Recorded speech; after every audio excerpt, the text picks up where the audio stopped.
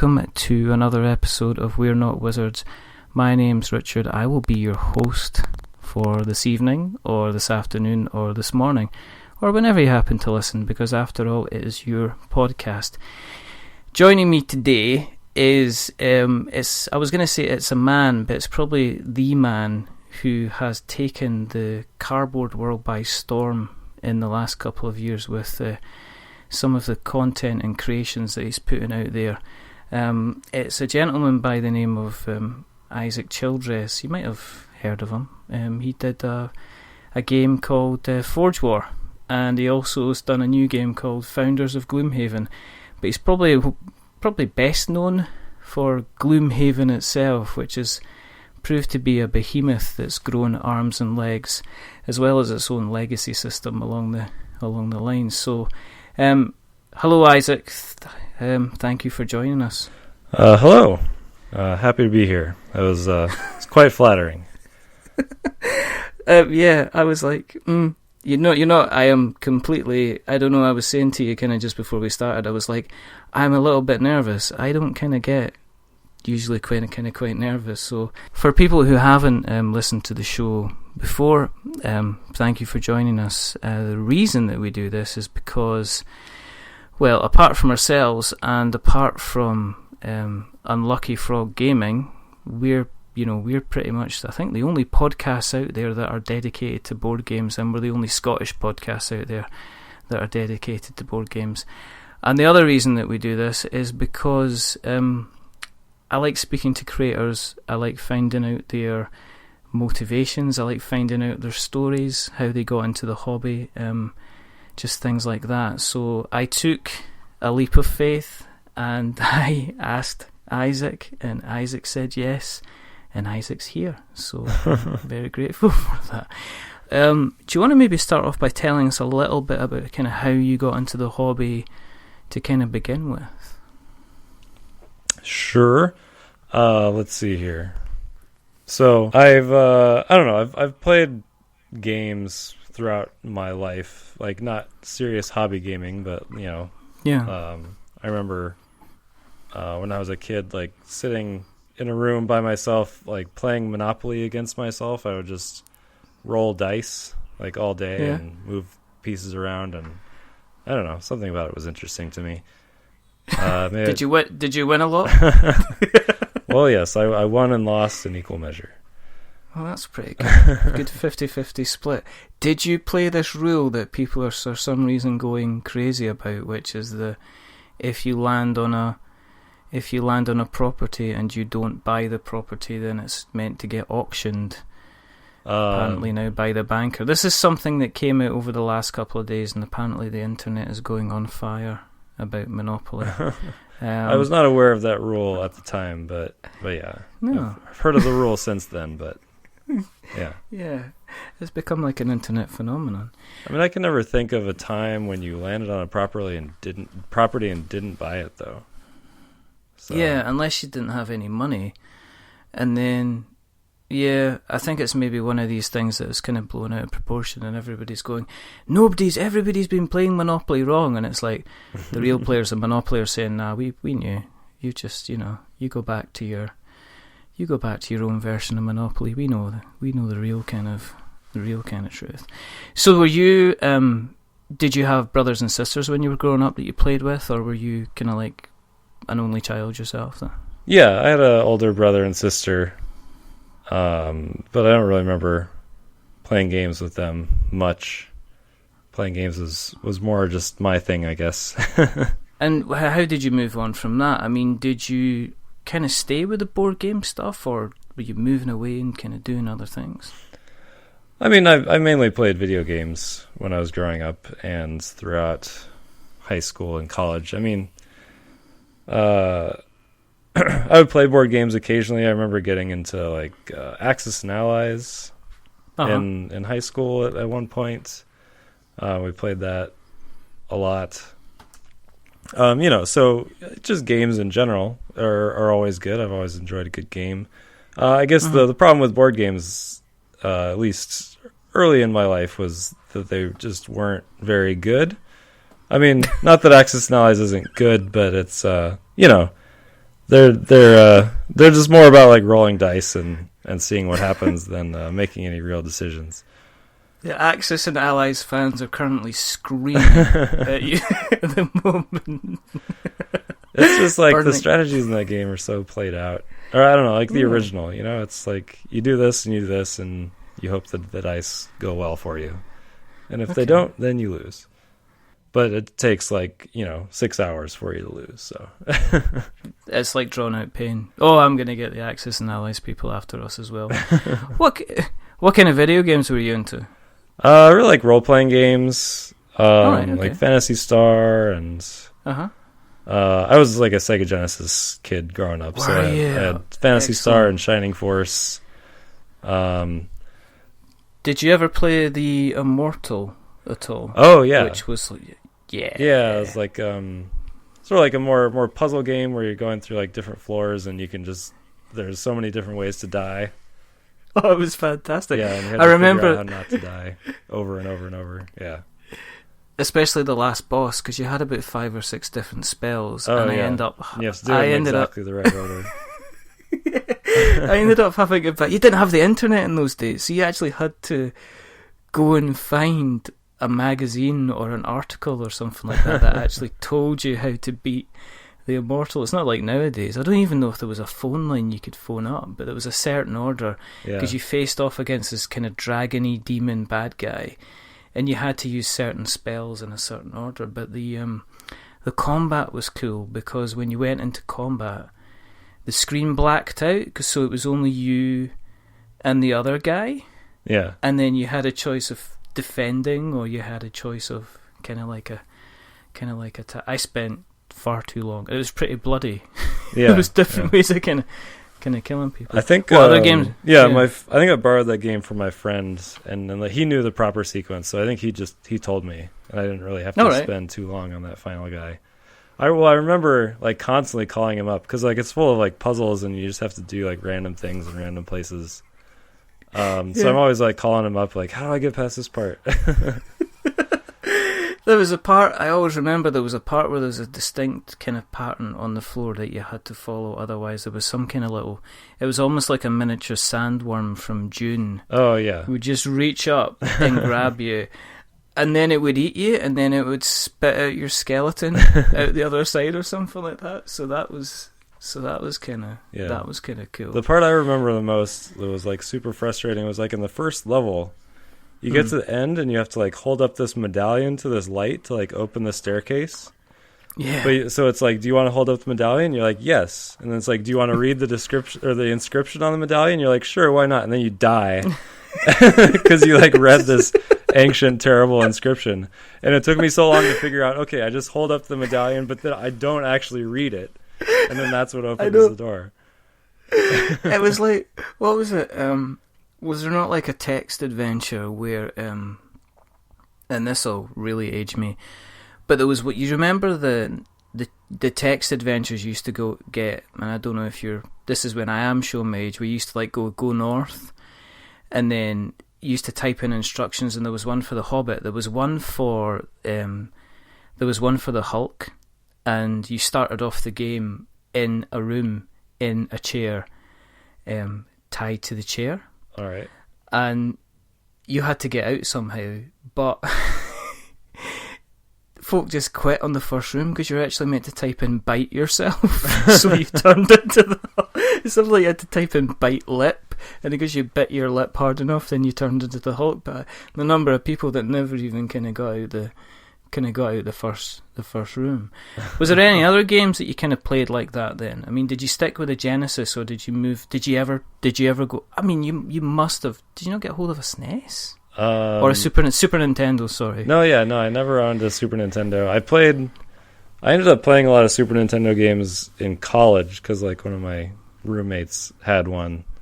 All right. Okay. Or just like when emulators became popular, which was around college as well. And then I go back and play old Super Nintendo games, like all the old Final Fantasy games. Yeah. But no, like after a Genesis, I was one of the few people in the world who bought a Sega Saturn.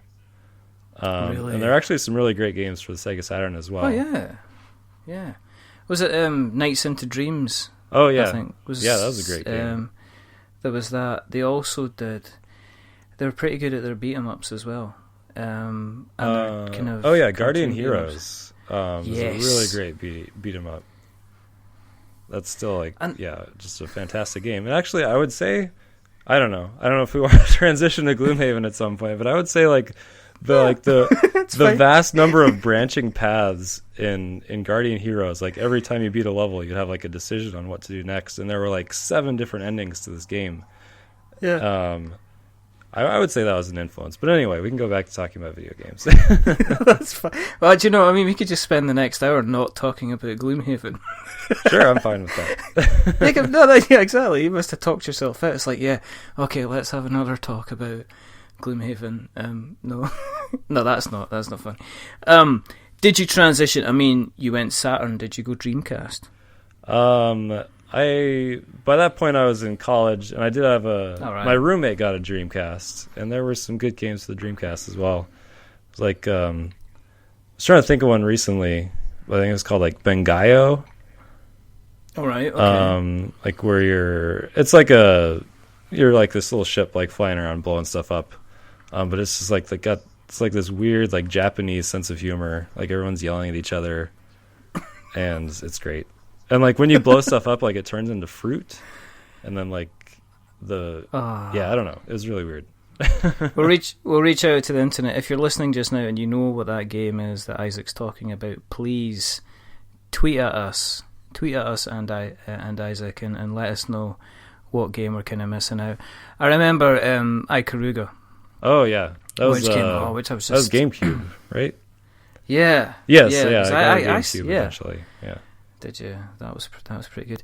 When did you move away from, blasting aliens in outer space to kind of like starting back on the kind of the cardboard side of it? When did that kind of happen?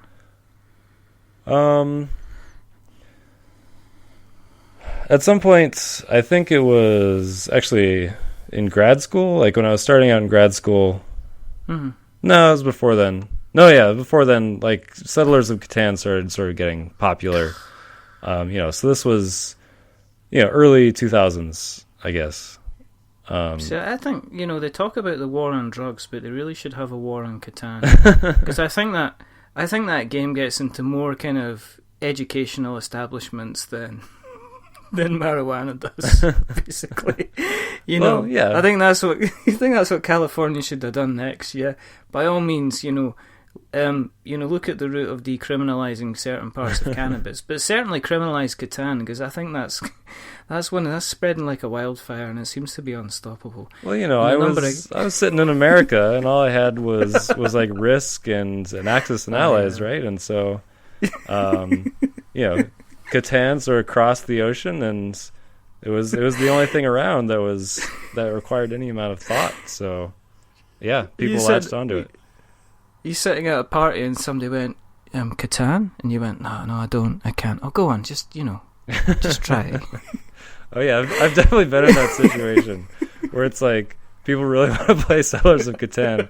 There's nothing else to play, and I'm like, oh, okay, I guess I haven't played it in a couple of years. I guess I'll sit down and play it, and then I always regret the decision. It's like, why can't I roll 4s? Why can't I ever roll 4s? I just clearly like on the best spots on the board. Like I should be winning right now, but I'm just not. I'm just sitting there and going, yeah, stone, brilliant, thanks. Anybody want stone? No stone. Do you want stone? You've asked me for the last 6 rounds if you want stone, and you said no. That's no good. Right, okay, what about you? Do you want a sheep? Yeah, I can see that. But then, of course, there's some people that what happens is Catan, their experience is it is like the drug scene. They try a little bit of Catan, it doesn't always agree with them, and then they decide they're never going to touch any other cardboard again. But then there's other people that once they move on to Catan, they go, that was quite good. But then they get bored of Catan, and then they move on to obviously stronger cardboard. This is the worst analogy ever, but I'm running with it. And I hope you're running with it as well. I can't understand at this day and age like why people are still into Catan. Okay. Those people who like play Catan and then never play anything else. They just like play Catan every week for the rest of their lives. Those are the people I don't understand. So far, we've done Axis and Allies crowd. Okay. We've just who else can we piss off? we just annoyed the Catan people. Anything about Carcassonne you maybe want to say? I like Carcassonne. I haven't played it in a while. I remember Gen Con a few years ago. I participated in like the national Carcassonne tournament. All right. And whenever I play Carcassonne, like it's usually friendly. Like I just sort of play nice and play to have a good time. But man, those people were cutthroat. And I sort of caught on after a game, and like so I lost my first game and then won the rest of the games because I'm like, oh, okay, this is how you play Carcassonne competitively. You just are just a dick like every turn. You do everything you can just to block the other person. But yeah, so I didn't win because I lost that first game. Did you flip the table as you went? No. You did, didn't you? You actually just went, right, well, that's it, I've had enough of you. Whoomph, and walked off. And pushed past the Catan people as you went. Your game's rubbish, Catan, guys. I'm just saying. And, took the lunch money off the Axis and Allies boys. Became the scourge of Gen Con. Quick, there's Isaac. Hide your sheep, and your corn, and your stone. So, where'd you go next? I mean, you're playing Carcassonne. You've tried some Catan. Yeah. You kind of like it. And then you get the feel for it. Yeah, and then at some point I discovered Board Game Geek. Right? And so you sort of discover Board Game Geek, you go to the rankings page, and you're like, I think like Puerto Rico was number 1 at that point, and then there was like Power Grid and Agricola, so I went out and bought all those and had a great time. Who's number 1 at the moment? Pandemic Legacy. Is it? Yeah. Oh, that's a shame. I thought it was you guys. No, not yet. It's climbing up there. Like arching your fingers. Not this week, but next week. Well, like it's shooting up surprisingly fast because the Kickstarter fulfillment is happening. Oh yeah. So like every day it's got like another 0.01. So it only needs like, I don't know, 14 more 0.01s to take over Pandemic Legacy.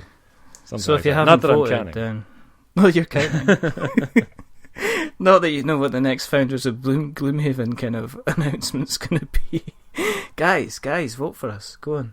You know it makes sense, but you got to watch out because there'll probably be people that have said I would vote, but I can't move my arms after lifting the Gloomhaven box. But we'll get around to that in due time. But yeah, just to say, I don't think I've ever seen so many pictures of a board game next to a child, comparing the size of a board game to a child, and you're wondering, have they altered their perspective in this? Have they actually put the child further in the background? It's like, no, you could effectively put the baby in the box. Yeah. That's another thing. So you went out, you bought Puerto Rico. Yep. And was this kind of like a watershed moment for you? Were you like, wow, board games can be different? I don't know. It's not like Settlers of Catan is awful. Like I enjoyed Settlers of Catan in the day, and Puerto Rico I was better, but I wouldn't say it was like a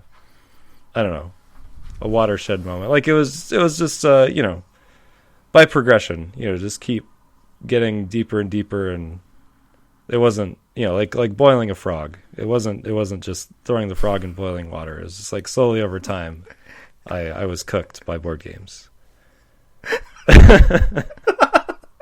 Baked. I think the phrase you would use. Is there any games that you look back on with kind of like fond memories that you kind of still play on a regular basis yourself? Oh, that I play on a regular basis? Yeah. Not really. I don't have much time to play games. I mean, I play games like once a week, but it's usually like whatever is new. You gotta keep up on the hot trends and all that. But I mean, I would like to play Agricola more. Agricola is still one of my favorite games. And that was, I think it was Puerto Rico, then Power Grid, and then Agricola. And then, by Agricola, I was definitely hooked. So you're a favour of a heavy Euro then? Is that kind of more of your jam, something where you've got stuff to do and there's a little bit of thought behind it and forward planning and stuff? Yeah. The more thought and planning, the better. Because Power Grid will bake your noodle. Yeah. It is the epitome of lovely, beautiful analysis paralysis, where you can kind of get in there and you can be like, coal, and then that's it. Yeah. There's a little too much math involved in that game. I mean, I don't have a problem with it, but it's like when other people can't handle it. It's just like you're like, okay, just take your turn already. It's been 10 minutes. Just how many coal do you want to buy? Just make a decision. Isaac Childres, aggressive board gamer. Who knew? Come on, stupid. You should call your just power station the stupid power station. How about I just take your turn, because we might get out of this place this evening, okay? You're going to lose anyway. You're never going to win with that kind of setup. Come on, just give me my turnover and I'm going to buy this, then I'm going to get that, and then I'm going to get that and convert it into that. Thanks very much. This is how it's going to be playing out. Yeah, I've been known to be an alpha gamer, so I may have on occasion told people how to play their turns in Power Grid. Oh dear. It's like, what you want to do is just buy 3 coal. Just buy 3 coal, that's what you need. Then you'll have enough money to do this other thing and buy the 3 connections you need in the next round. Like, I've already done the math for you, just do it already. Get off, and then get off my porch. Yeah, people generally don't like that though, so. So when do you go from playing games, bullying people, saying nasty things about Catan, Allies versus Axis, Carcassonne, and then think about, actually I could potentially, if I'm going to kind of be nasty to people when we're playing board games, I'd like to potentially be nasty to people over my own game, because I can change the rules to however I want and tell them that they're wrong all the time. So when did you start? That was exactly the motivation, yes. Is that the plan? Have you got like a plan of, okay, do our first board game, and then on the other side of it, at the far wall, there's you sitting in a hollowed out volcano with sharks that have got lasers on them, and you're laughing maniacally in a cardboard throne, kind of thing. Is that the kind of journey? Founders of Gloomhaven and Forge War. This is just a cunning ruse. This is world domination that we should be looking out for. Oh no, I don't think I'm organized enough to take over the world. And I might not be hateful enough either. Yeah, I suppose. No. But no, I mean, anyway. What made you think? I didn't know. I'm just letting you dig your own pit here. What made you turn around from going, okay, I can actually do something with this. Let me get a piece of pen, a pen and a piece of paper, and let's, see if we can invent maybe something myself, put kind of things like that together. I mean, how did that kind of come about? So, around the time I was, playing Agricola and all that sort of stuff, I eventually got into like Kalis and other games that were high on the list at the time. And at that point, it was just like getting together with my friends, like maybe once every month or two, when can we schedule the next game day? It'd be on a weekend, and and then we play these same games over and over because that's all we really had or knew about.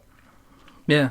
And then at some point, I guess maybe 6 years ago or so, I got involved in a weekly game group just through the website meetup.com. Just discovered that there was like a board game group that met every week that just got together and played games. And I was like, oh, that sounds great. Like, I can play games more often with new people. So I started going to that, and that just vastly increased my exposure to games. so like every week I was playing something new, and I was playing them more often, and really just started to sort of invade my brain, I guess, to the point where I had to make my own game. So like I always try and like have some sort of creative outlet for myself. Like, so before I discovered board games, I was playing like Dungeons and Dragons as well, was a big thing. So I would like DM D&D groups. With my friends, or I started getting into like programming video games, which was a lot more work than I wanted it to be. Yeah. I'm not a great programmer, so like I was more interested in, designing the games and not actually doing the code, which is the important part. Exactly. So, I just want to make a square. I just want to make a square. And then you're like, hang on, I can just get a piece of paper and draw a square. Yeah. I don't have to do any of this y-axis, x-axis rubbish. Yeah, so I had lofty goals about creating like this, vast RPG with like this really cool story and all these really cool characters, exploring dungeons and all that sort of stuff. Did you have a name for it? I think it was called Gathering Storm, which I think is like now the name of a board game that's about to be released. I thought I saw that somewhere in Board Game Geek, but it was original at the time, I thought. Uh-huh. But yeah, it was pretty cool. It was like about like this monk. I don't know if I summarize the story, it's gonna sound stupid, but anyway. I don't know. Like, what's the monk's name? Stormbringer or something. No, I think you got to name him. Maybe he didn't have a name. All right. Okay. Cool. Okay.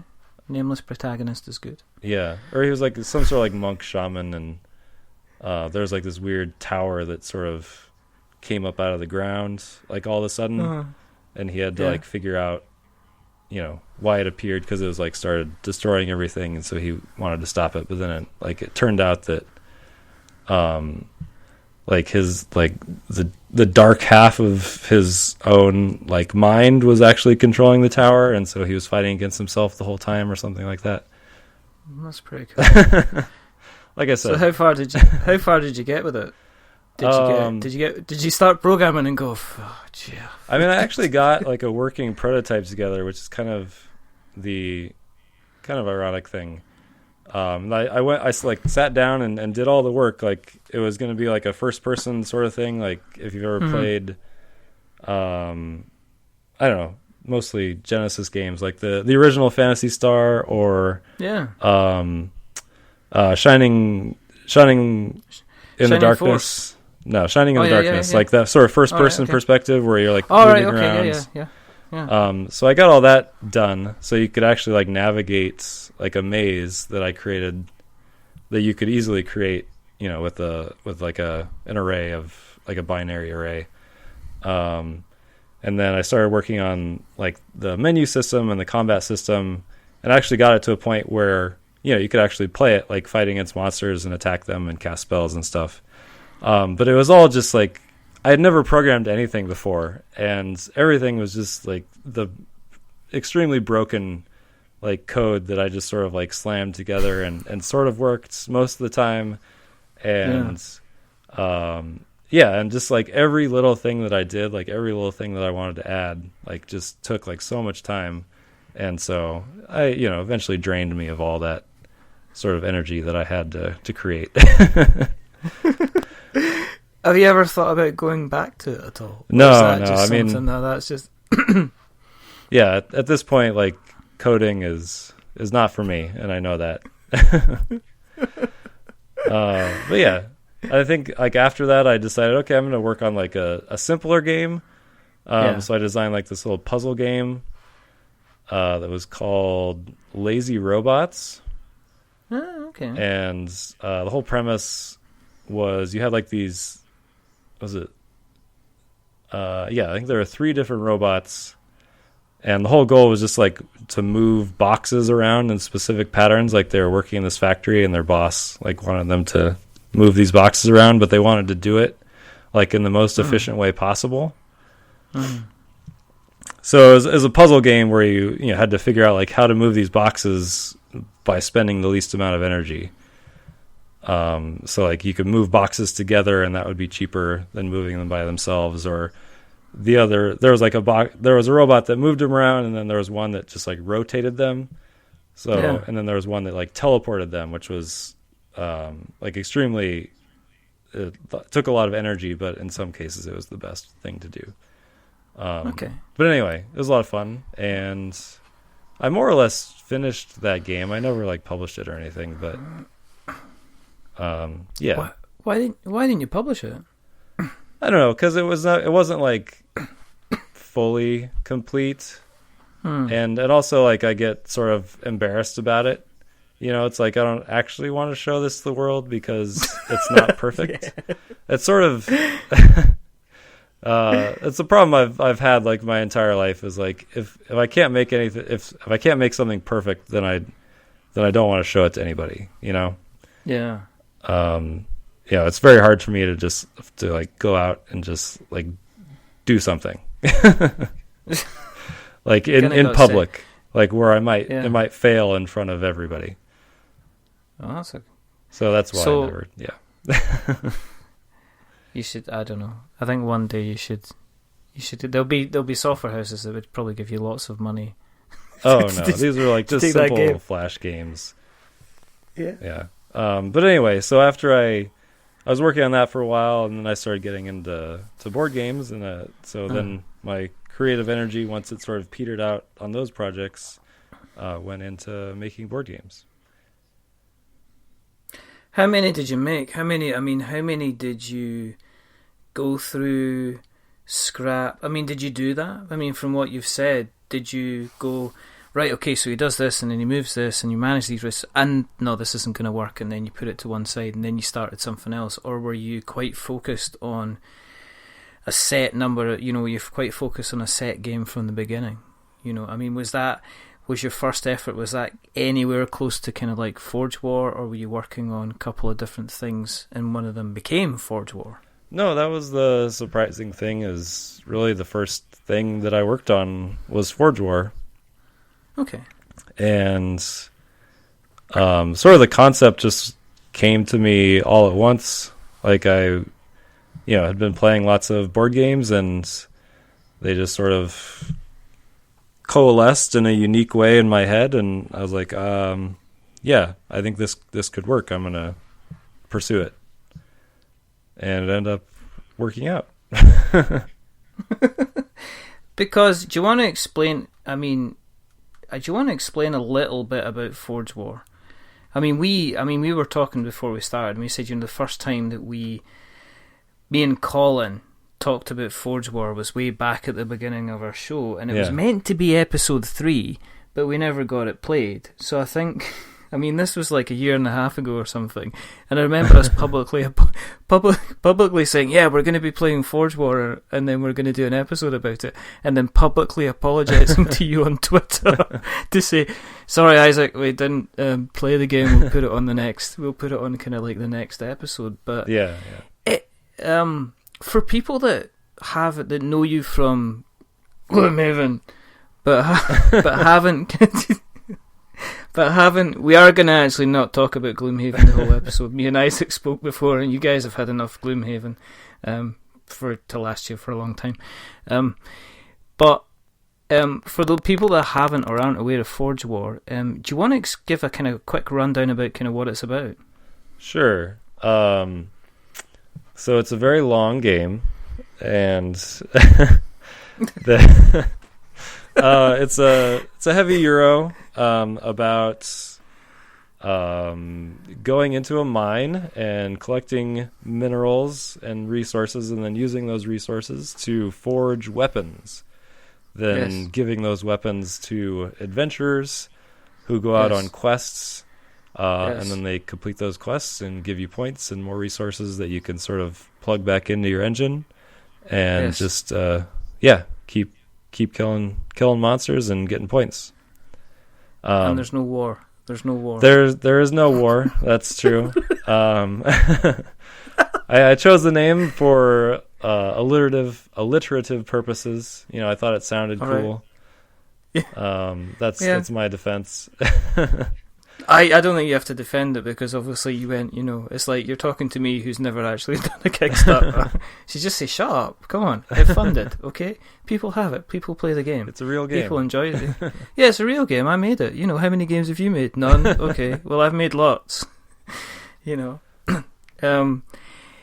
kind of interesting, because what I found when we were playing it, and I'd advise of people that haven't played it before, and I know I'm not just being sycophantic and being nice to you because you're on the show, but it's kind of a nice little kind of modular game where to learn the individual parts of the game are very, very simple, but then it's that next stage of once you've learned the individual parts and how they interact with people that becomes kind of very, very interesting, because there's a lovely kind of like the first section with the mine where you've got like your overseers who are looking after the workers, and then they're able to claim a certain amount of resources. But they do like a hop, they do like a jump over the other workers to turn them in, and then that gives you your resources, and then you can use your resources to make certain things. So you can get plans to make weapons, and then you can make those weapons, and then you use the weapons to give you enough strength and defense to go and make sure you can match up to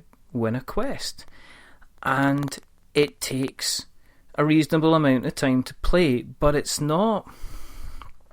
I didn't think it was that heavy in terms of heavy brain-busting Euro thing. It kind of surprised me. The number of components were quite daunting. Yeah.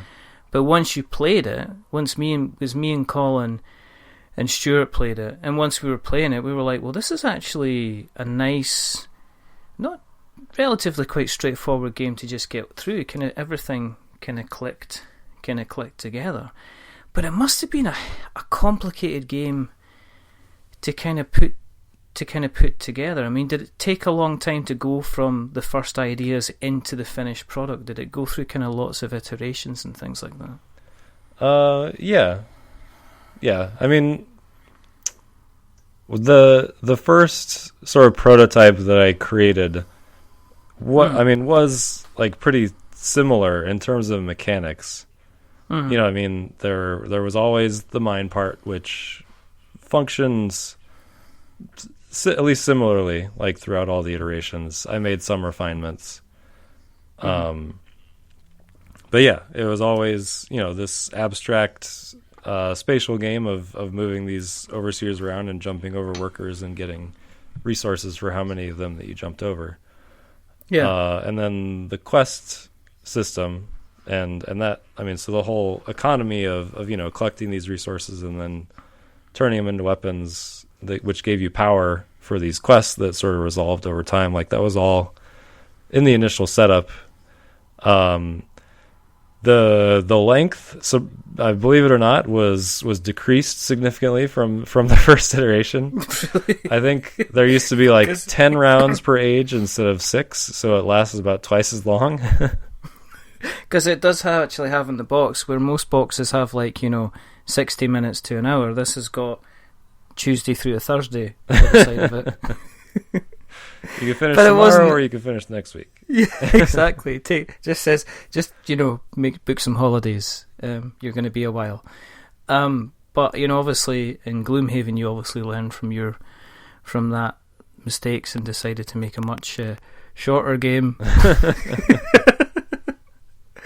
But it's good fun. I mean, we had a lot of fun with it. It's always one we've got to get back to the table again, because the components were all nice. The board is magnificently huge. The worker meeples are fantastic because they've got moustaches on them. Yeah. If I remember. So you've got these moustached workers who all have whips. So they're basically like the bad guys in Indiana Jones and the Temple of Doom. Something like that, yeah. Something like that. But you put that out on Kickstarter, and it went ahead, and it funded. There was it funded to a decent level. Yeah. Were you surprised when you kind of, because that was still back. Kickstarter it was getting there, but it wasn't the massive explosion that it seems to be at the moment. Yeah. Were you quite surprised of how, it got there, it seemed to fund really quickly, relatively quickly, quite well. It was interesting enough a game. So were you surprised with how well it did? Yeah, definitely. So at the time, I was sort of one of the first, sort of bigger, heavier, component heavy Euros that went on Kickstarter. You had a lot of card games or maybe simple Euros, or more like gateway level Euros like Stonemaier games. And so I was really concerned that the market wasn't there on Kickstarter for this really heavy involved game that took a long time to play. I mean the main point of surprise came for me the day before the Kickstarter launched, when Richard Hamm of Rado Runs Through sent me his review of the game, his preview that he had shot. And he's the whole reason that I funded, because he just went crazy for the game and, said that it was the best thing he'd played all year or something like that. And I sort of leveraged that quote to its highest potential. And I think it took up about 3/4 of the actual campaign screen. Yeah. Yeah, because he was a Kickstarter tastemaker, and so he funded the project pretty much by himself, and ended up being 400% funded by the end of it. And he did. It's actually got the biggest font that you can get on Kickstarter. It's just easily the best game of the year. Yeah. And it is in the biggest font you can get. That's amazing. You weren't kidding when you said that. But no, I mean, it went on. I mean, it, as I say, it funded really quickly. And I think the fascinating thing about it was, you were right. I mean, I remember looking at the time and thinking, this is different from what else was kind of seen. I mean, at the same time, there was things like The Captain is Dead was out there. Heavy Steam was another one. They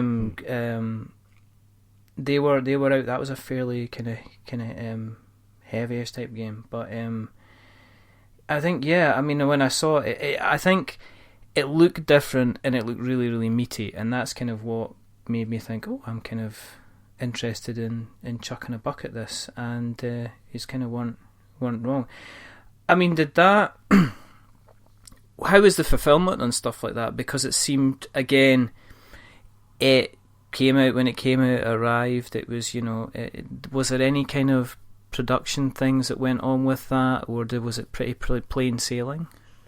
I remember it just taking a really long time to finish all the graphic design and all of that in order to actually get the file sent to the printer. So I think, if I remember correctly, it funded in maybe May or June. I think it was June. Yeah. And then I was telling people, it'll be out by, September, October or something like that. And then it ended up coming out the following April or something, May or April, or March or April. So it took about 10 months, I think, to fulfill when I was promising half that. So, I mean, that's part of Kickstarter, and I'm still dealing with that with with Gloomhaven. But it was, I remember that just being sort of a significant problem. It was mainly because we had gotten done most of the graphic design with another graphic designer, and then he sort of left the project during the Kickstarter. Oh, nice. Yeah, it was when I needed him most to do a bunch of graphics, he just sort of disappeared. All right.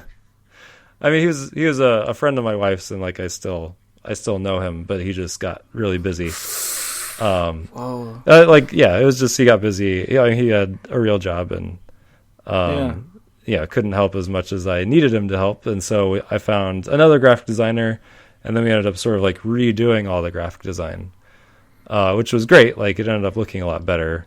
But yeah, it took a long time. It was stressful.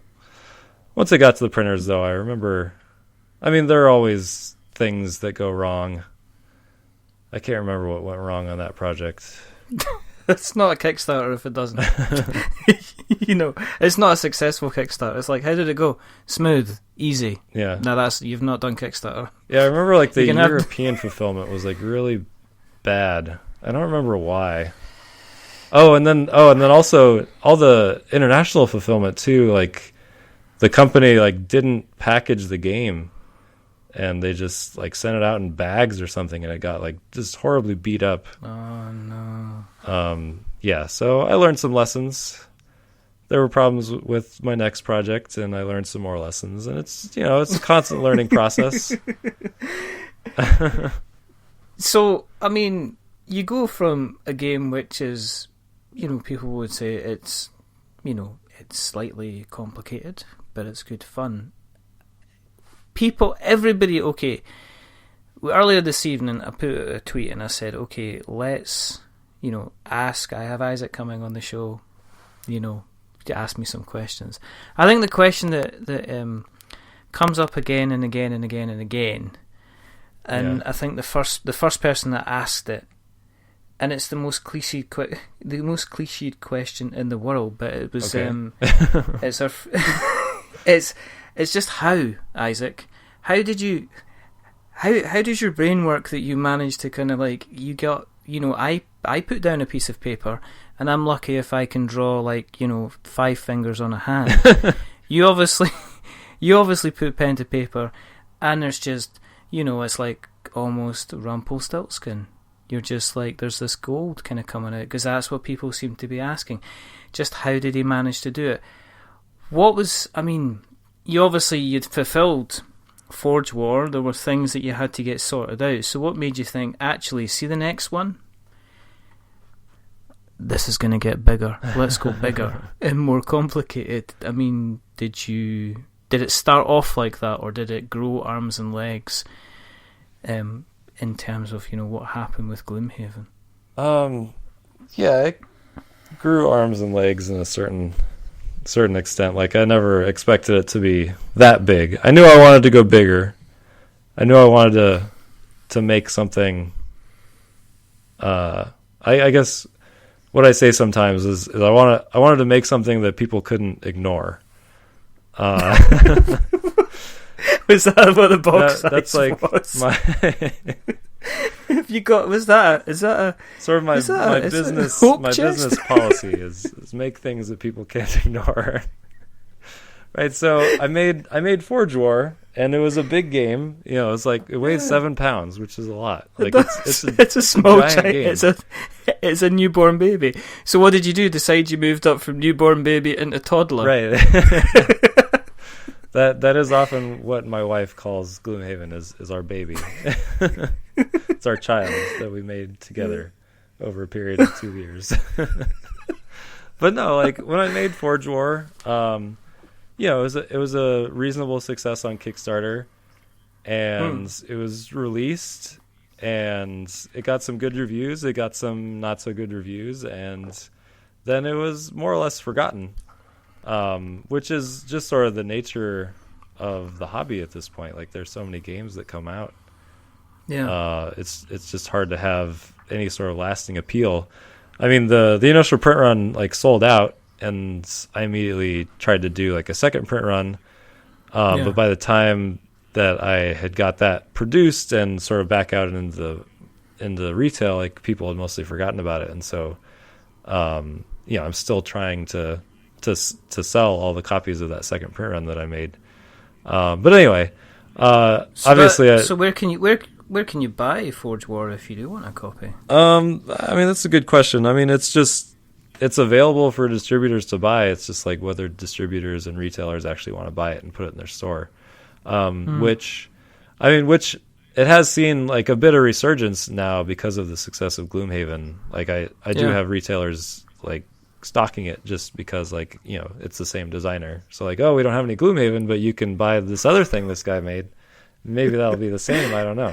Exactly. Can I show you something in light orange and red instead? Yes, you can. Do you have a penchant for miners with moustaches and whips? Yes, I do. Can I interest you in this? It says war. Don't worry, there's no war. It's fine. It's fine. No, but that was, as I say, it was Mike Barnes, a friend of the show, who asked the question, how do you even start designing something like Gloomhaven? And he actually uses the words masterpiece. So you start small. Yeah. Right? So I decided I wanted to make a dungeon crawl. And so I just made a single dungeon and 4 characters and just, saw how it went. And, after some refinements, it went pretty well. And I sort of just kept building on that single thing just over and over and over until, I weighed 22 pounds. But there's the intricacies behind it. If you looked inside your head, is it like you kind of, when you see kind of graphical representations of how a brain works with neurons and stuff, and there's just things flashing over, but an awful lot quicker? Because this isn't a board game, Isaac. This is like, people are like waxing lyrical about how amazing this is, but at the same time they're saying, how did you make that? I mean, you're saying, we just took a couple of guys and we just built upon it.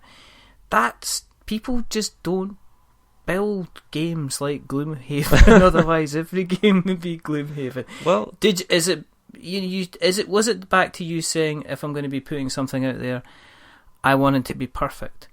Did you keep reworking it due to maybe doubting if it was good enough that you needed to add all the extra bits on? Did that play into it at all?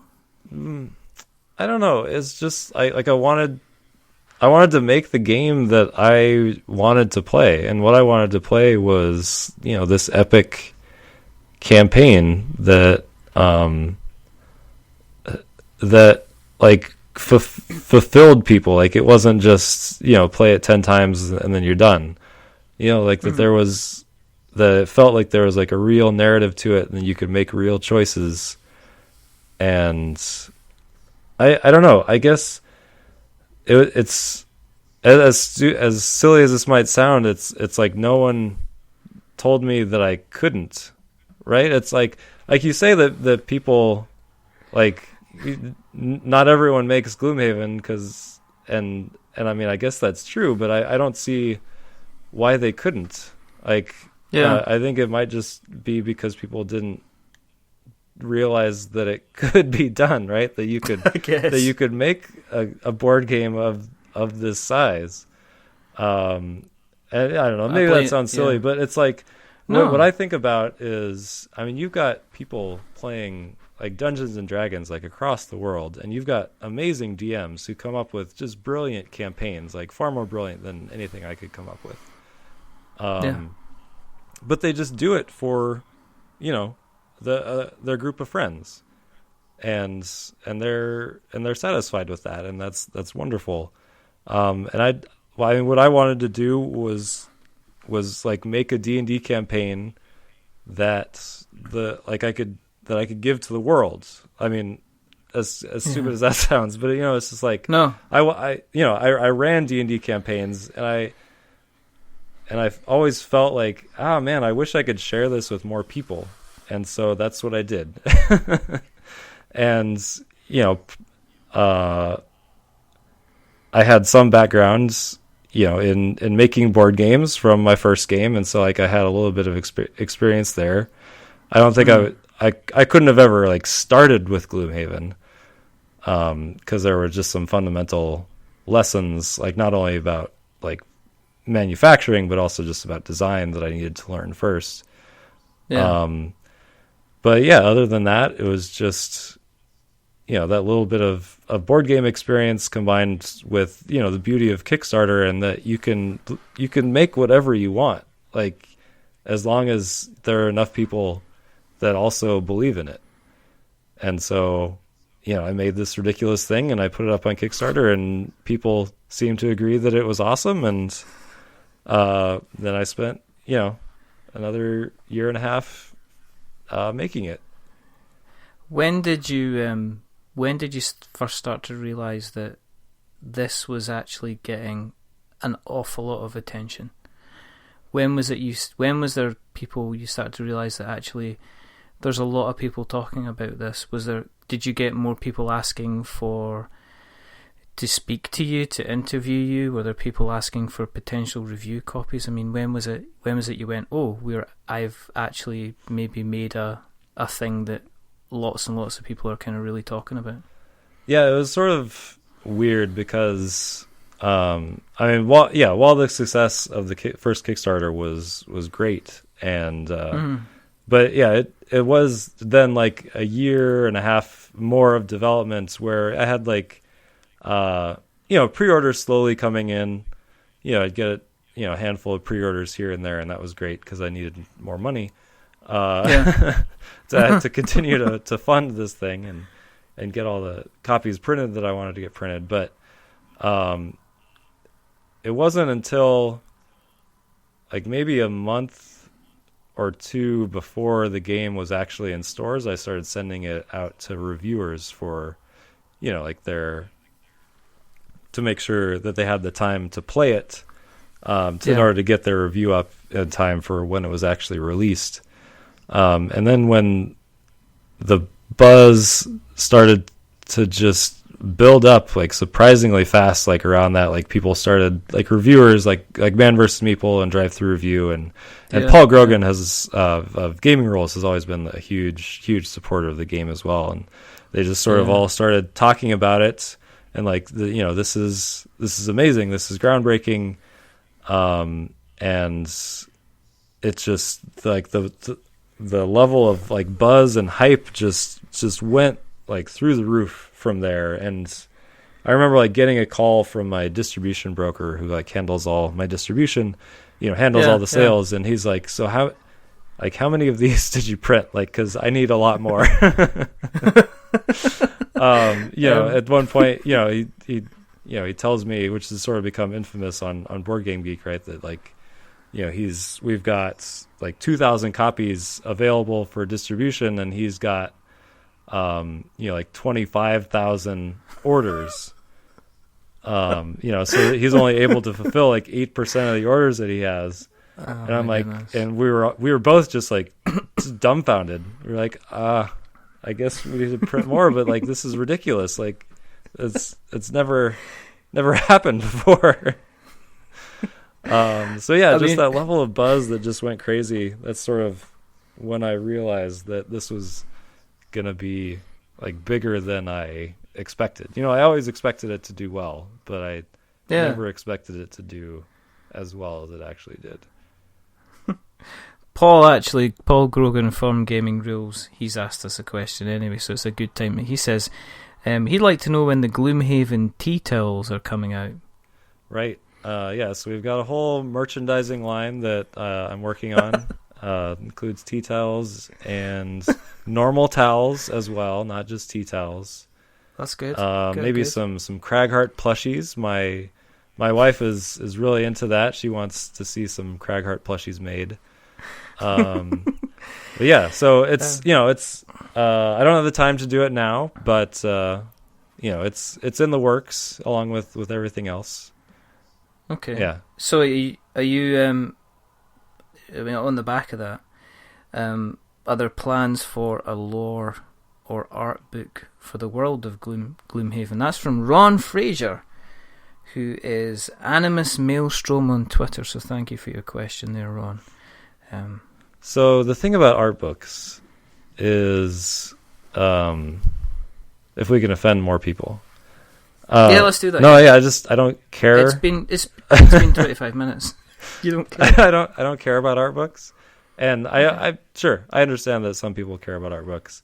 I've always sort of ran my company with the idea of I'm just like selling things to myself, if that makes sense. Like I'm just making stuff that I want, and I don't want art books, so it's not really a priority for me. maybe that's the wrong That's way to okay. run a business, but that's sort of what I've been doing so far. No, I mean, like, I think like an art book or like just a book of lore would be interesting. I don't know. I always just feel weird about doing stuff like that because, like, I'm a board game designer. Like, I'm here to make board games. And if I'm like selling you other stuff, like, I don't know. I feel like I'm exploiting people in a way. If I'm just like trying to sell them, Alright. like upsell them on stuff. Like, oh, you can get this board game, but you can also get this T-shirt. Like, it's like. And remember the balloons and the cups for the kids. Right, yeah, You are doing Gloomhaven balloons, but you're calling them Balloon Havens, though. Tell me you're doing that. Balloon Haven. No, that What? Come on. What? No, okay, yeah, that can be added to the merchandise line. Yay! Yeah. Balloon Havens are coming out. Balloon Havens. Balloon Havens, write it down. But yeah, I mean, even like metal coins, like stuff that I just don't find necessary in board games. Like, Yeah. I feel weird about selling it, because like I want to sell people games. Like that's what my focus is. I don't know. Mm-hmm. So maybe at some point there might be a book of lore and artwork. Maybe if I ever get over that hang up, and there is.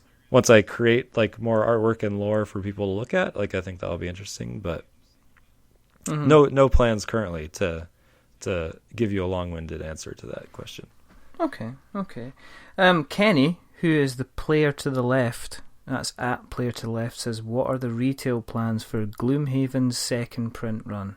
Right, yeah. So that's a big question that everyone is interested in because those who weren't in on the second Kickstarter are now, or just missed it, for whatever reason, now want to get the game and they want to know how. So we're still figuring it out, is what I could say. Like, there have just been a stupid amount of delays through the manufacturing company, and it's just been incredibly frustrating. It's basically been the number one pain in my backside for this entire year is just how slow this manufacturing company is being. So, we're getting all the Kickstarter copies out. They're currently shipping out all the retail copies. We did a sort of distributor pre-sale. So like we're sending copies directly to distributors based on those pre-sales. And it's like a lot of copies, like 20,000 copies or more than that. Like it should be enough to cover demand.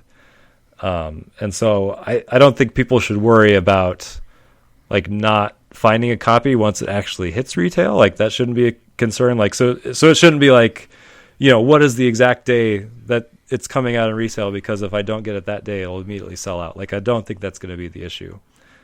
No, I think the issue is going to be getting it back to your car. Right, exactly. I think that's going to be one. Yeah, it's like, why didn't you just buy it on Kickstarter well. and it gets shipped directly to your door? You don't have to worry about that sort of thing.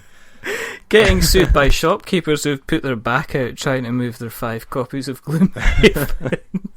You've caused subsidence in my building. I'm suing you, Mr. Childres. So, but yeah. Anyway, like the deal with the retail pre-order though is that like, in order to be fair to all distributors, like we have to wait until every distributor has their copies before we release them, which has been another pain because I don't know, like the shipments got turned around, and so like we thought they would all be going out, but then there's some like big ones who still don't have their copies yet. So anyway, it's just a mess. But I mean, it's just a mess of timing, not necessarily like a logistical mess. I mean, what I'm saying is that when the time comes, which we're not sure what it will be, unfortunately, it doesn't look like it's going to be in time for Christmas, which is the biggest disappointment, I think, to people. Yeah. But when those copies all arrive, then it'll be available, and we're still figuring out when that'll happen. Yeah, but it's not going to be a surprise if you got it for Christmas anyway, because you'll be able to guess straight away. Because, I can't see the tree. What's that? And it's like, Gloomhaven. Where's my child? I mean, have you seen...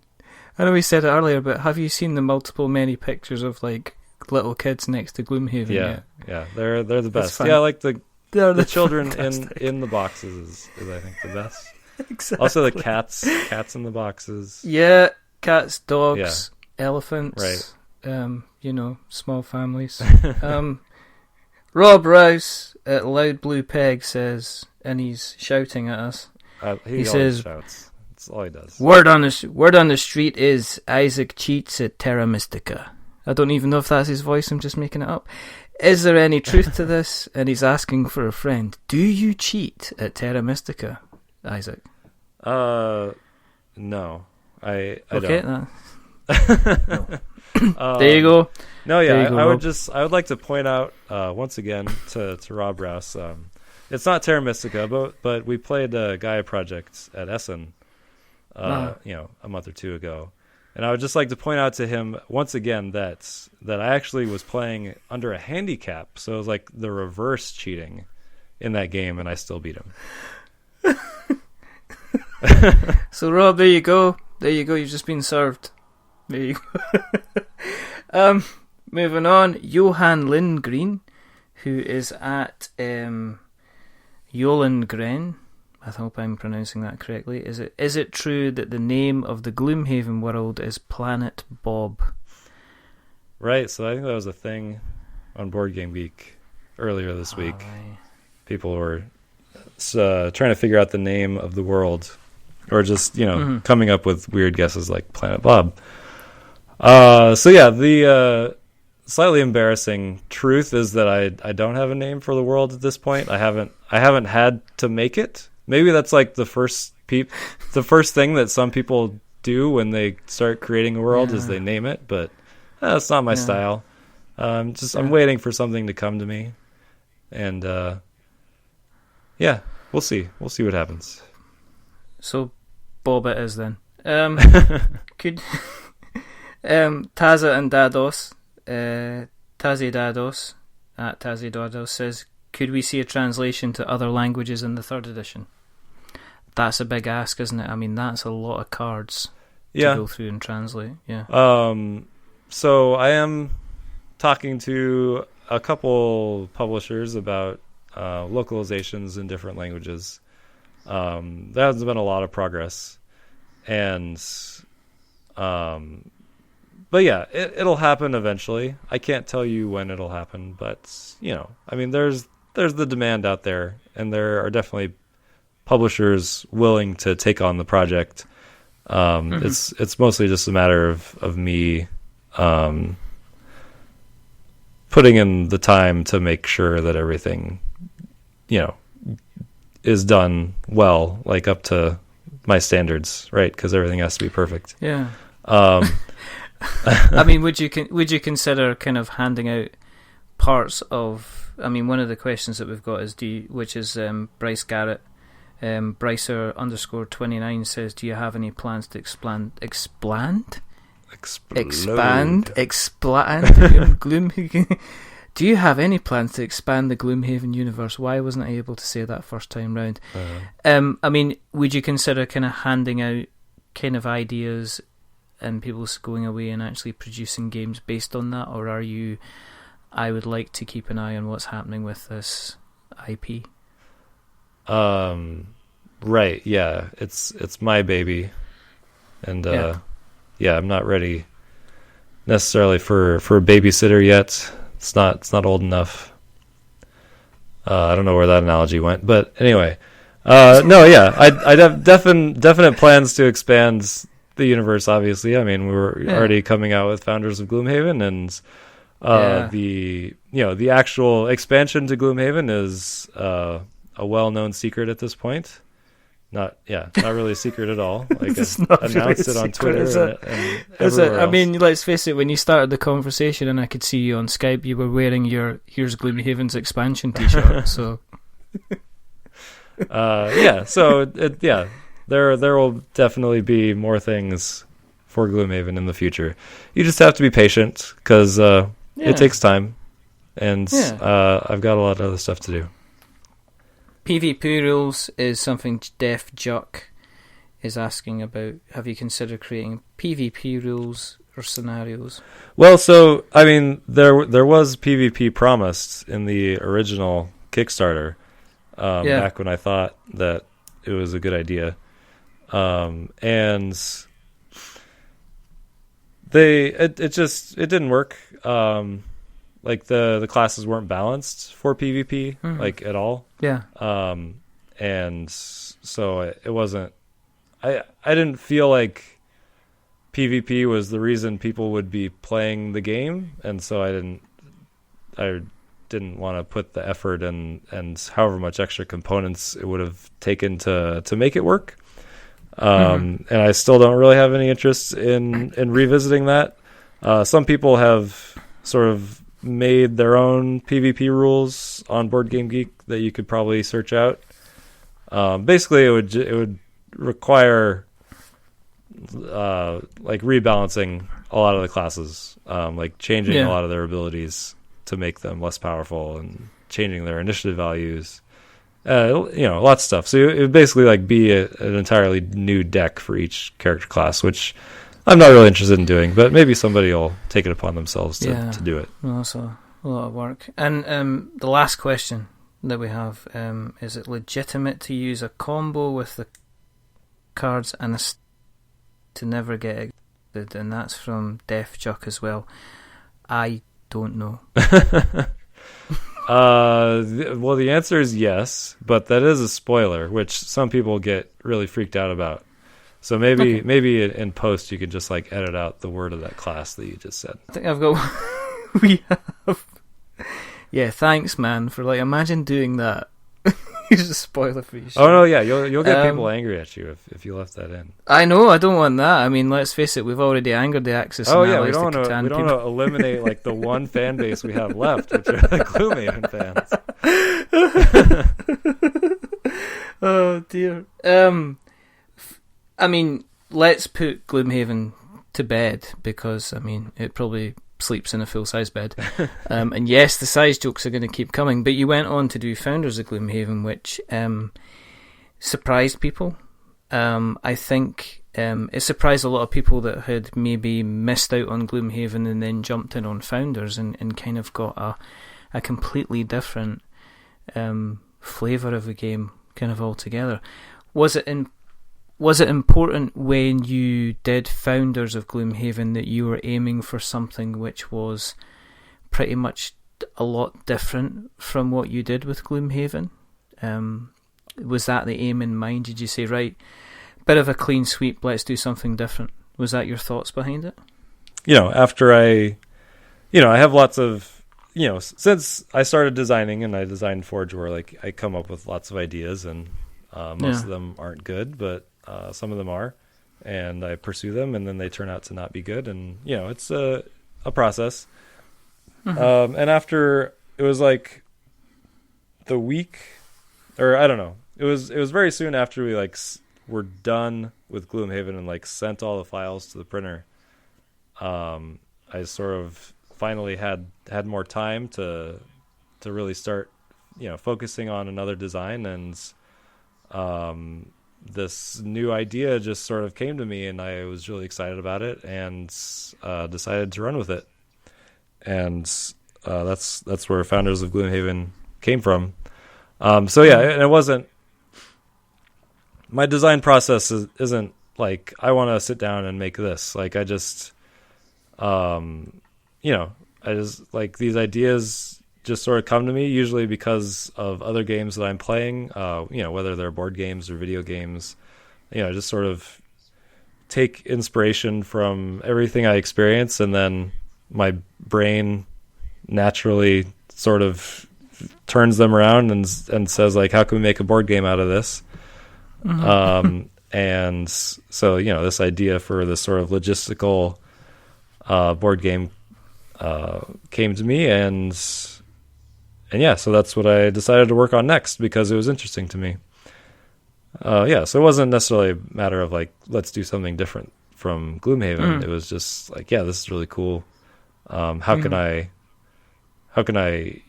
develop this? And also, it was important to me though to like put it in the world of Gloomhaven, which doesn't have a name. Bob, yeah. Just because I am interested in sort of expanding upon that world, and telling different stories in it. So yeah, became the founders of Gloomhaven. And it went on, and you did $500,000, right? Yeah, that was pretty great. I mean, would you, after the back of Gloomhaven, were you kind of like, well, it's going to do okay? But was that the kind of the figure you were thinking about, or did it massively kind of, did it achieve expectations, or did it do less than what you expected? It was really hard to gauge, right? Because it's such a different game. Like, I'm like, it was pretty soon after I had done the second printing Kickstarter for Gloomhaven, where, we had like 40,000 backers. It was silly, like, but I had no idea like how many of those people would follow me to this, completely different game. And I also like didn't want to trick them into following me. Like, I tried to be as clear as I possibly could that this is a completely different game, and just because you like Gloomhaven, you're not going to like this. Yeah. No, I remember Rado doing a video, and on his roundup video about Founders of Gloomhaven, he specifically said, he almost warned people and said, listen, if you're here for Gloomhaven, this is not what this is, kind of thing. Yeah. Even though he was kind of praising it, he was kind of warning people to say, check out, watch the video, look how it plays, because this is a completely different kind of offering. But people stormed in, and I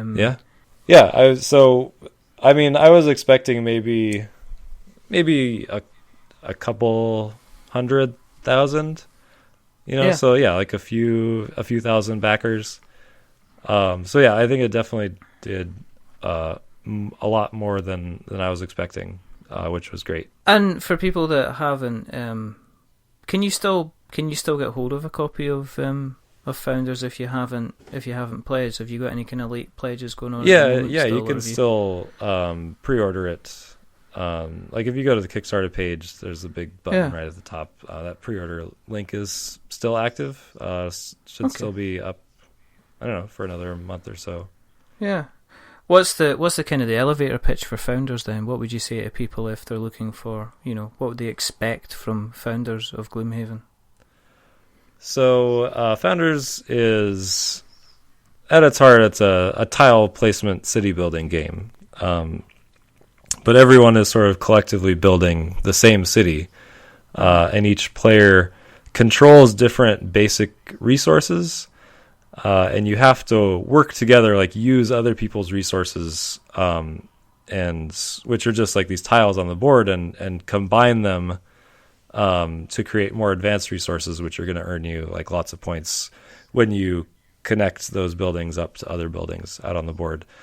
So I think the main draw of the game is the sort of, the spatial aspect of it, and sort of the deep planning and all of that is involved in sort of creating the city, but also just the high level of interaction between players, especially for like a more strategic thinky Euro. Yeah. You're always getting in each other's way, or or using other people's roads or other people's buildings, and sort of reacting to them, and not just out on the board, but also with the card mechanics. So it plays a little. I like to call it like a combination of like Puerto Rico and Concordia, where you sort of have this hand of cards, and you're playing a card from your hand to take an action. Like Concordia, but like Puerto Rico, like when you do an action, everyone else at the table will get to follow your action. And do like a lesser version of that.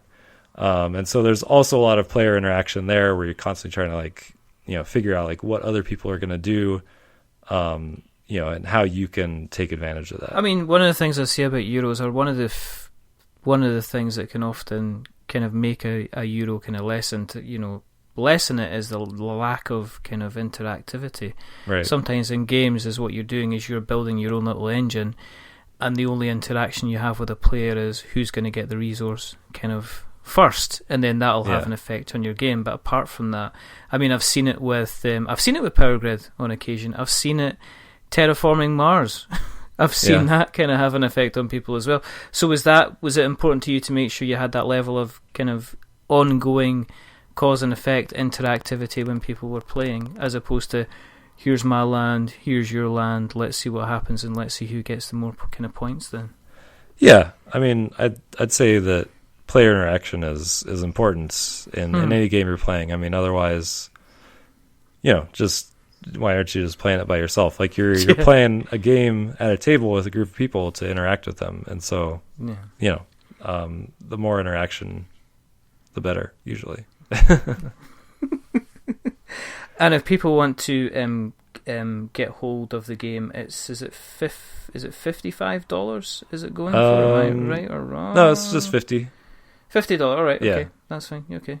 So you can still jump in, and you said that the kind of the late backers can still get in. Are you saying kind of middle? Is it middle December? Or are you looking into January now before you're closing things off? Yeah. When we had talked before, I was thinking about cutting it off in December, but then I sort of realized that I was printing off lots of copies, and I didn't really need to know like an exact count before we started going to the printers, so we could leave it open for another month or so until we actually have to start shipping them out. So it'll probably be open until January. Cool. Okay. What's next for you? I mean, you are you have done the classic. You have, you've stormed Kickstarter Fort. You've made it your own. You have produced, several well-funded Kickstarters. I mean, what's next for Isaac Childres? I mean, have you? Because you're a physicist for your day job, yeah? Is that correct? Well, I went to grad school in physics, and I got a PhD, but I never actually held a real job in physics. Oh, right. Okay. So after I graduated, I immediately just started working on Gloomhaven full time, which was about three years ago. Yeah. So you're full time. Okay.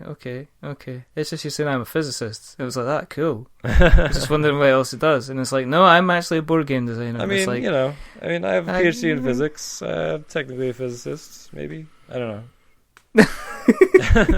I also have a degree in journalism, so maybe I'm a journalist as well. I don't know. Maybe. Oh no, that means you're going to write stuff about me, and that could be bad. But is there a time? Have you thought about kind of just saying, do you know what? Next game is going to be a casual fun game about dolphins trying to catch fish, kind of thing, Or is there a casual game that you thought about putting out there and doing something completely different, or are you still interested in kind of going down the Euro route to see what else is out there? Yeah, I mean, anything is possible.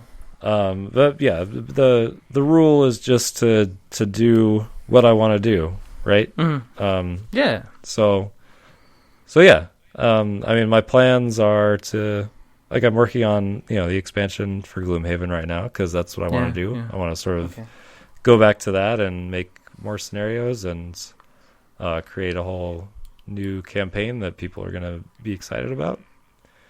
And then, who knows what'll happen after that.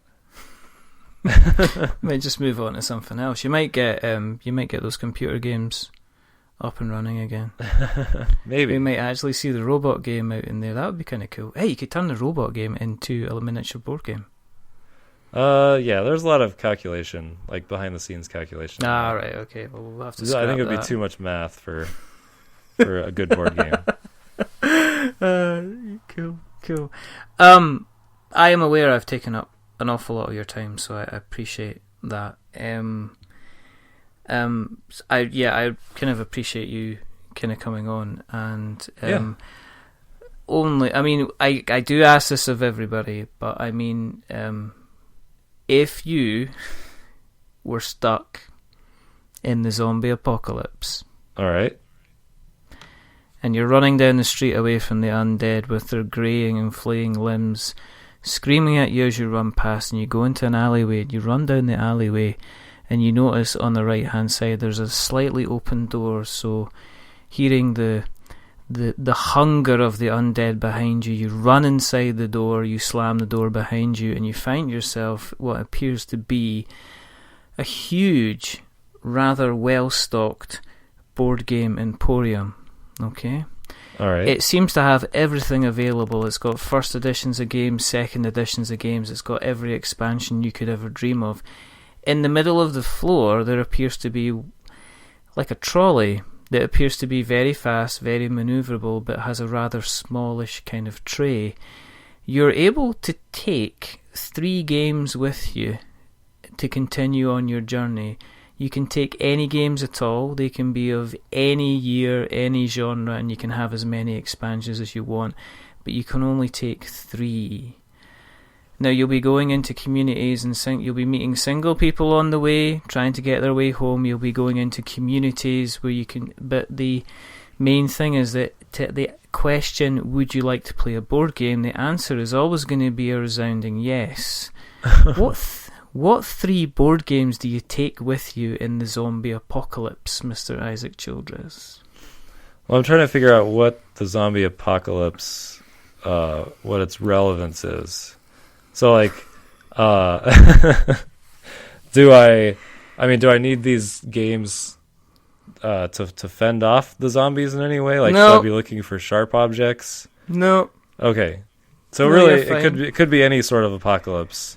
It could be an apocalypse. It could be a chicken apocalypse. It could be, a herd of foul weather has caused all the chickens to mutate and want thirst on human blood and place revenge for their brothers and sisters that have been slaughtered over the years for the poultry and egg trade. They're trotting about the street, pecking to death anyone that gets along their way. You have managed to go down an alleyway where on the right hand side there's an open door. Upon going into the door, you're in an emporium, and guess what? There's a red trolley in the middle of the floor, and there's all the board games and all the expansions in the middle. Isaac, what 3 games do you take? Okay, but I still don't need to kill the chickens. Like, I don't need. You don't have to kill. No, it's fine. But you just want to have the board games, right? Okay, Isaac. If you could have any 3 game board games, what board games you'd have, regardless of the apocalypse, right?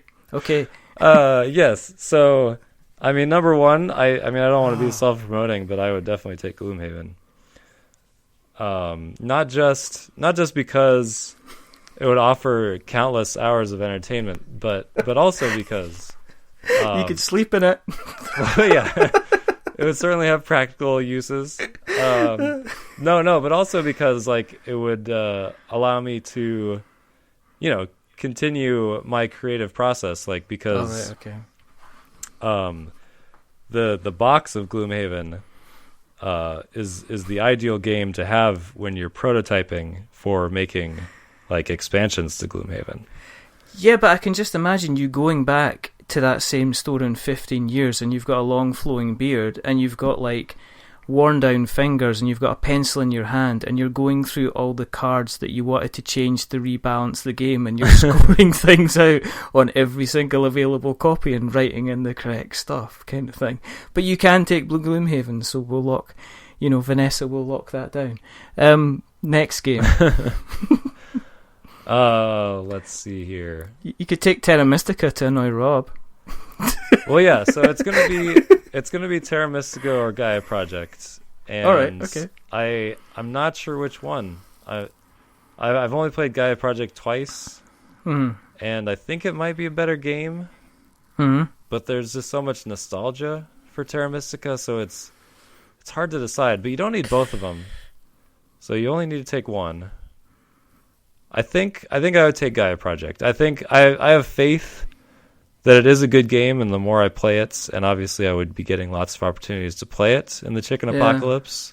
Yeah, so I think I would take Gaia Project over Terra Mystica. And the last game. Last game. This is the doozy. The chickens are at the door. They're pecking on the glass. They're staring at you with their dead eyes. I think I would need to take something that would appeal to a larger group of people. Okay. Obviously I would want to play Gaia Project, but maybe not everybody else will want to play Gaia Project. Well, no, they'll be happy to play it. They'll be glad. If you want to take that one, you can take that one as well. No. So, no, it's a lighter game. I mean, because you're not always feeling like a heavy game, so I would want something lighter.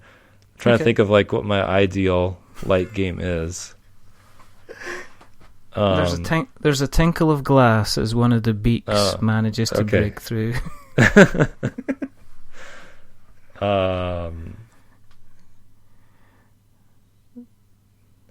don't know. I'm gonna go with Masquerade. There you go. Okay.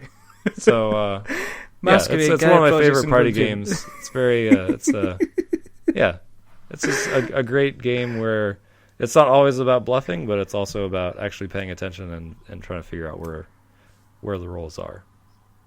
Yeah, we'll go Masquerade. Excellent. That's brilliant. The chicken apocalypse.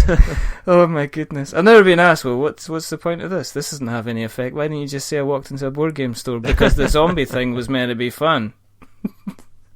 I didn't realise I'd have to be defending my own idea. I just wanted to know the rules. I want to know the parameters of my choices. Of course you do. If I needed to take Gloomhaven so I could bash zombies over the head. I mean, the expansion, we've got one last. Michael Keith Bennett says, what format do you see the anticipated box expansion for Gloomhaven taking? Adding new classes, expanding cards options for existing classes, expanding current quest content, or branching off with brand new story arcs? Is it a bit of everything? Right, yeah, it's a bit of everything. Sorry, I might have missed the question in there, but yeah, the expansion is going to be everything. It won't be standalone, so you'll still need the original box and all the components in there, because my main goal is to reduce the size of the box. Like I don't want to manufacture another box the size of Gloomhaven. So we're gonna decrease the size by reusing components. Excellent. Okay. Listen, thank you very, very much for coming on. This has been a lot of fun.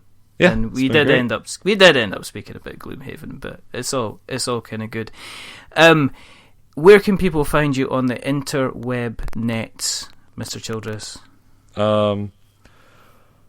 I use Twitter occasionally. It's just at Cephalofair, and you can go to my website cephalofair.com, where I write a blog post every couple weeks, let's say. I don't know. It just depends on how I'm feeling and how much time I have. But usually they're entertaining. They're good reads, so you can check that out. Or just, I'm on Board Game Geek a lot as well. Okay. Just I'm Cephalofair on Board Game Geek. Just wherever you are, just type in Cephalofair, and there I'll be. Where's that from? Where's Cephalofair from? It's just a made-up word. That kind of sounds like a real word, and I thought it was a real word, and then I realized that it wasn't a real word. Well, that's good enough a reason for using a made-up word. Yeah. I mean, that's the short story. Excellent. Okay. If you want to keep an eye on what we're doing, and thank you for joining us this evening, and if you're listening for the first time, then if you want to follow us on Twitter, you can find us on We're Not Wizards. If you want to find us on Facebook, it's We're Not Wizards. If you want to... You can subscribe to us on YouTube, because our fabulous podcast hosts, Podbean, automatically put our podcast on YouTube. If you want to find it the traditional way, just search for We're Not Wizards Tabletop Podcast and you shall find us there. You can find us on all the usual places, all your normal podcast catchers. If you want to email us, you can email us magic@we'renotwizards.com. I am aware of the irony. I intended that when I picked the email address. But if you can find us on Acast and Stitcher and Spreaker and Podknife, and you can obviously find us on Apple Podcasts. If you've liked what you heard tonight, we interview wonderful people like Isaac. We interview a lot of Kickstarter creators. We get designers on. We get other content creators on a regular basis. So please, this is the beggy bit when you say, please subscribe to our podcasts through the Apple Podcasts thingy. If you really like what you've heard, then consider dropping us a rating or a review. And as we say, if you are going to drop us a rating or review, don't give us a 10, because that'll make us big-headed. But don't give us a 1, because that'll make us cry. Give us a 5, because it's in the middle, and it's average. And we're just a little bit average. But the person who's not being average tonight is the rather wonderful Mr. Isaac Childres. So again, thank you again for coming on. Yeah, my pleasure. And there's only 2 more things to do. The first thing is to remember that we are many things, but we're not wizards. I'm not a wizard. Definitely not. And the second thing is to say goodbye. So it's a goodbye from Isaac. Bye. Goodbye, Isaac. And it's a goodbye from me. Remember, stay safe, roll 6s. Keep an eye out on this Gloomhaven, because it seems to be just growing at a rate of knots. And remember, if you have missed out on being a fighter, you might want to be a founder. So check out their website, and you can jump in and create a little city on the world of Bob of your own. But until the next time, goodbye.